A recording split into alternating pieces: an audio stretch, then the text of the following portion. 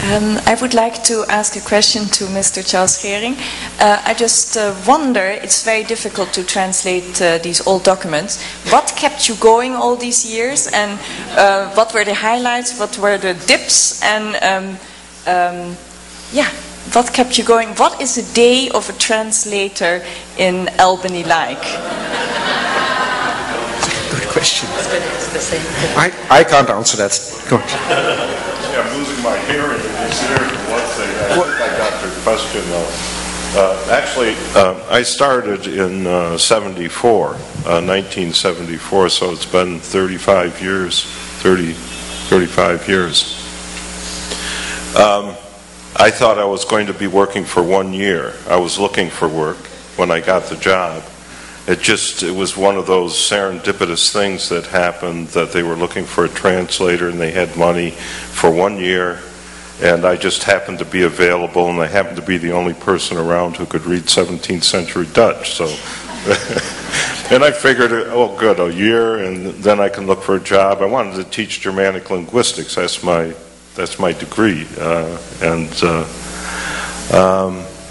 I became so fascinated with the language and the combination of language and history, because I come from the Mohawk Valley and it's very Dutch. A lot of Dutch history. All of my neighbors were Vans of one sort or another. The Van Vechtens, the Van Schijks, the Timmermans, they all lived on my street. We had chickens out back and I called them kip, kip, kip, kip. Everybody up there calls their chickens with kip, which means chicken, by the way. I didn't know it meant chicken at that time. It was just kip to call chickens when you threw the feed. I played along the Laagkill,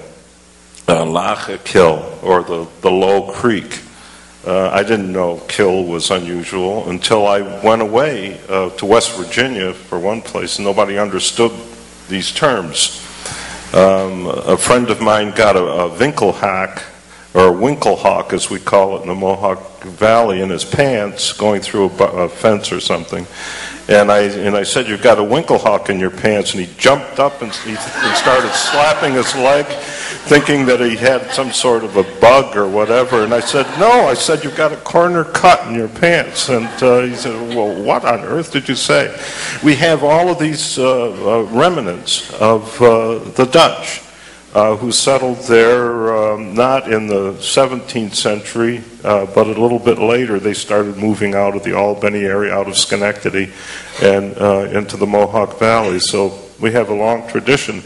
And I decided on this in Germany when I was working on a dissertation, a very boring dissertation on the structure of German language and how it developed. And I started thinking, why don't I do something on the Dutch that survived in my home area, which I did. So it's a combination of those things that's kept me going. It's not a very secure position, let me tell you. And you have to really like what you're doing in order to stick with it, because sometimes we were ready to close up shop.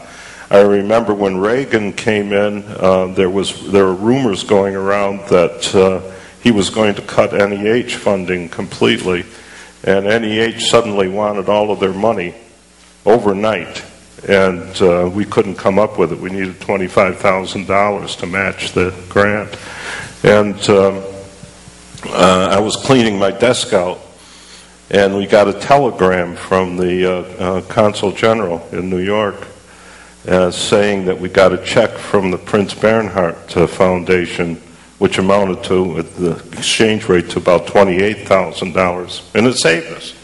It was like the cavalry coming over the hill at the last minute, and this happens over and over again. But it's been an exciting job.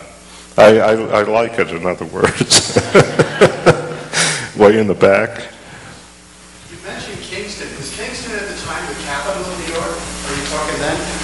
No, Kingston became the temporary capital when New York was taken by the English. So, and actually the Senate House Museum there, the Ten Broekhuis, became the Senate. But in the Dutch days, New Amsterdam was the capital. Wildwijk, as it was called. The area where Kingston was originally called the Esopus, the Indian name. And the Dutch used to put boats there to lighten the load coming up the Hudson.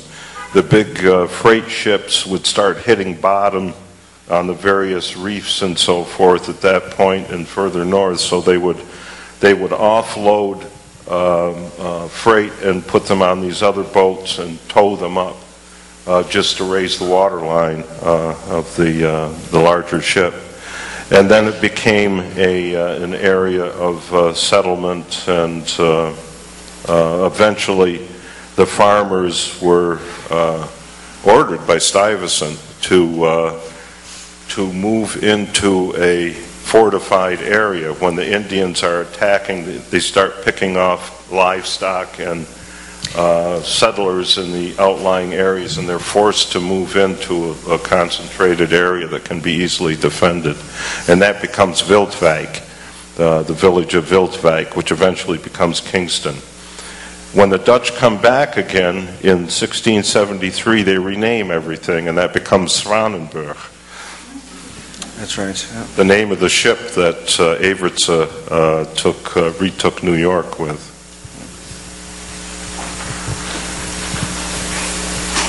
In New Amsterdam, and just talking about what's New York City now, there were people who moved to Brooklyn and Queens, Staten Island, the Bronx, the other, what's now the floor of the borough. But were they chosen? Did the WIC decide? Did they pay money? Was it decided in the Netherlands? I mean, how did those particular people come to move, like, to one of the, 5 towns of Brooklyn, and own property there? It slightly depends on what time frame you're talking about. In the 1640s, it's people in New Amsterdam who, after the Indian Wars, decide that they really want to go to Brooklyn. I think Brooklyn got its own court in 45, 46, something like that. So it's 48. Yeah. It's local knowledge that decides it. Later on, when people in the Netherlands find out about the fertility of the soil on Long Island, but also on Staten Island, they really pick colonists and pay for their expenses. Staten Island, of course, is a patroonship part of the time. We have in the early 1650s Cornelis van Werkhoven, a magistrate from Utrecht, who goes over and founds New Utrecht. And they bring over a group of colonists who are partly hired hands, partly volunteers who get a tenant farm.